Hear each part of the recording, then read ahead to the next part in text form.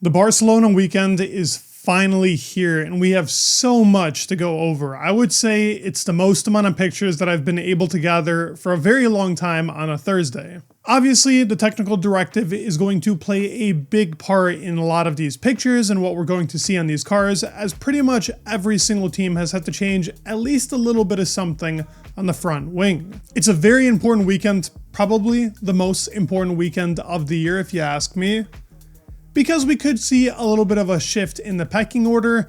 I don't think it's going to be as drastic as some people are putting it out to be, or even Frederick Vasseur calling it a game changer, but hopefully this means the cars get up a little bit closer. Some teams I think are going to suffer from this. I'll talk about that as well. But if you're new here, please go ahead and subscribe. It would mean the world to me. Your guys' support means everything to me, and thank you so much for that. Also, in the meantime, go sign up on the website. You guys got still a couple of days to put in your predictions. Would love to see what you guys predict and how many points you guys can gather in this Unchained Race Week challenge for Spain. So we can go over every single rear wing individually, starting off with McLaren. Got to give a shout out real quick to Alessandro Sala, who took all these pictures. Beautiful pictures, took them early. Thank you for this guy. Now looking at the team in orange, they have two different specs, and I think a lot of teams actually on the grid do have an A and a B plan. As I said, this is a very individualized track right now.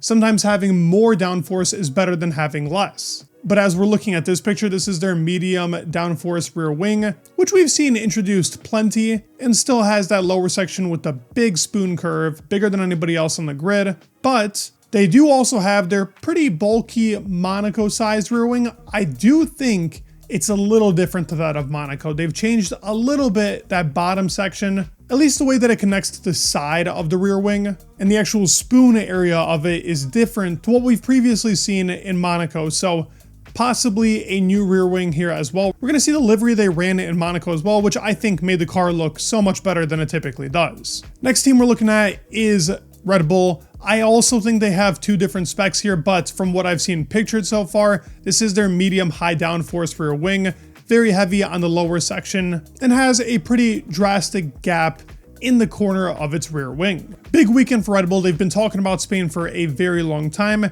and there should be a couple of performance upgrades here. I have not yet seen those pictured, but Max has talked about upgrades coming to Spain. Now looking at Ferrari's new-ish rear wing, and I say newish because this is technically the 2024 Spain rear wing with a couple of different optimizations done to it. This is medium to high downforce, so a 4 out of 5 on the scale, which is what we're typically going to see here. McLaren did have that 3 out of 5. I think they're going to run the 4 out of 5 anyways, because in high speed, funny enough, that was the strength in the 2024 car. But in the 25 car, that is a little bit of a weakness, if you can really say anything is on that car. So more downforce is definitely going to be promoted here through Spain, as that last corner requires it. But the biggest changes really done to this rear wing from the 24 to the 25 is on the edge of the wing itself, and really just optimizing the flow and the losses accumulated around that rear corner of the wing. Looking at Mercedes, they are rocking their Monaco rear wing, so they have gone heavy here. There could be a couple of different enhancements done to it, but from what I can observe, at least from these pictures, it does look like the exact same wing that they had in Monaco. The team has been going through a bit of a struggle period with upgrades, which I guess is expected. Every single year, Mercedes struggles in some type of capacity of bringing upgrades and them actually working right off the rip. There is supposed to be a floor upgrade here, and that was confirmed by a lot of officials over there at Mercedes. I'm not sure if we're going to see it. Nothing is yet pictured, but that doesn't mean and signify that we're not going to see it. But considering they have reverted back on something I will talk about later on in the video, they're probably going to be a bit conservative on upgrades up until maybe Silverstone-ish. Aston Martin is rocking their traditional pretty heavy rear wing because of its rear downforce. That has been lacking throughout the season and really not having the rear grip they need going through traction zones, and the slow corners have been pretty bad. Now, thankfully, Barcelona isn't as heavily focused on slow corners. This should be a pretty decent track for them. 4 out of 5 on the rear wing, pretty heavy, medium to high downforce. Aston's got an update here, but we'll talk more about that in the front wing section coming very soon. Looking at Haas, they have not changed anything when it comes to that rear wing. They've been rocking this for a pretty good amount of races this season. I do think, looking at this is about a 3 out of 5. Maybe it's getting to that 4 out of 5. They've put this on a lot of tracks where medium downforce is required, and I would stick with this being their medium downforce rear wing rather than their really heavy one. Looking at Alpine, out of all the teams we've seen so far, maybe with the exception of the first McLaren rear wing we saw, this one is definitely on the scale lower than the previous rear wings that we saw. It's not as heavy in its lower section, and even the upper section itself, while it does have a bib wing towards the top, Alpine always has some type of disadvantage in the engine department, hence why they always have a bit less downforce in the rear to try and help with the compromise they have to make on their setup. It does cost them in the end sometimes, but it's a requirement on the slow engined Alpine car.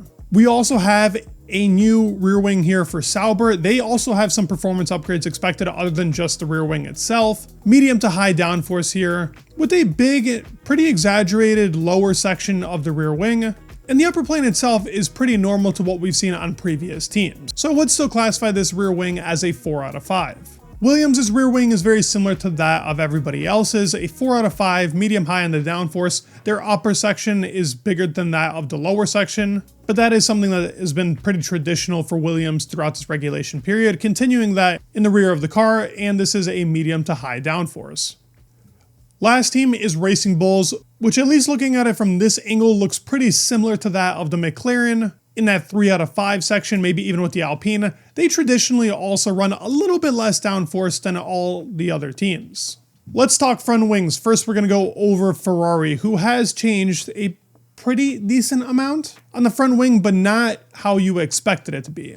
Now, what I mean by that is this front wing, I observed all of them the other day ago and went through countless hours of onboards and looking at these front wings, how much were they flexing. The Ferrari was pretty conservative, and I don't think they needed to even change at all the flexing on the front wing. But this is updated. They have a very different outwash treatment with the end plates and really that edge profiling around the front of the wing. In the uppermost element on the front wing also has changed the geometry of how it is shaped. And lastly, they also have changed the geometry on that trailing edge nearest towards the plate of the front wing. This has been an area we've seen be changed a lot as these front wings have evolved from year to year. Now, McLaren is obviously the biggest talking point here for any team because it had a pretty heavy flexy front wing. And all they have pretty much changed is the bracket, adding an additional one, and the flap adjuster itself has been rotated to just comply within this new technical directive, which makes a lot of sense. This front wing has been pretty much the same from 2024 onwards. And it just recently has came out, but they have tested this front wing within the technical directive regulations in Imola. Now, they were a little bit behind Red Bull, take it how you will, but they've already done a test on the front wing we're seeing right now. RB themselves have a new front wing here as well. It does look like to me like the nose has been made a bit wider. And obviously the most visible and easiest change to see is the last flap of the front wing has now more of a curved geometry than that of the previous straight line geometry the RB's front wing had at the start of the season. Aston Martin have two different front wings here, but we have seen both of them throughout the season. I do think some adjustments were made to the front wing that we've been seeing most commonly on this team, with the nose going all the way down to that bottom flap. When I was looking at all of these and ranking which ones were flexing the most and which ones were not, to me, the Aston Martin car was arguably second or third. They're just as competitive in the flexing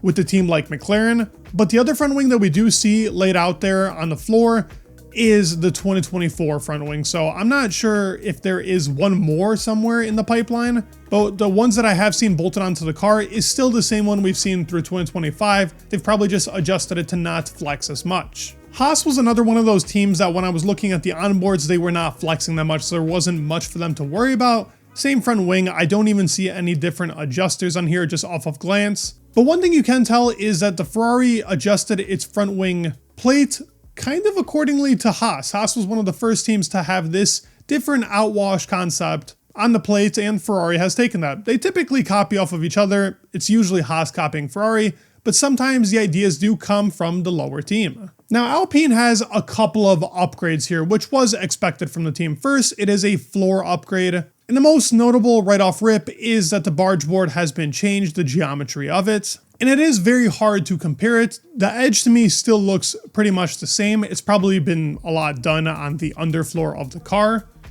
When I was looking at the underfloor over different pictures, very similar to that of the Red Bull in its first Venturi tunnel, with obviously that little shark nose looking piece. But another very visible upgrade on this car is the engine cover has been changed to what we've seen more traditionally over the grid. They've added this slope right where those cooling gills are at. And another change is to the front wing of the Alpine. To me, this very much reminds me of the 2025 Aston Martin front wing, where the shaping of the geometry is a bit more uneven than it was previously. And they did have a decent amount of flex they were somewhere ranked around 4 or 5 for me, so they needed to make adjustments as well, and they've just brought a different upgraded front wing to the car. Now, as I stated earlier, Mercedes, they have reverted back from the rear suspension that they had previously. They brought that upgrade in Imola, it seems to have not worked, they reverted back to it, they don't even have it brought here in Spain, but Toto Wolff has said that not everything has failed here, they could still bring it back sometime in the season, but this is a common trend with this team. They bring something, it doesn't work, same thing with Aston Martin. It just seems like that wind tunnel over there, something is not correlating correctly, and it's hard for them to actually bring updates throughout the season without them compromising some part of their season to actually learn what's been going on. The Red Bull car also has been a pretty big talking point here, but from what I have understood and from what I've seen on the flexing, Ferrari and Red Bull are pretty competitive in how little flexing the car actually had on its front wing. So it's the same one being rocked up here for Max Verstappen. Maybe they made a couple of adjustments to comply, but I don't think they even needed to. The front wing itself was not flexing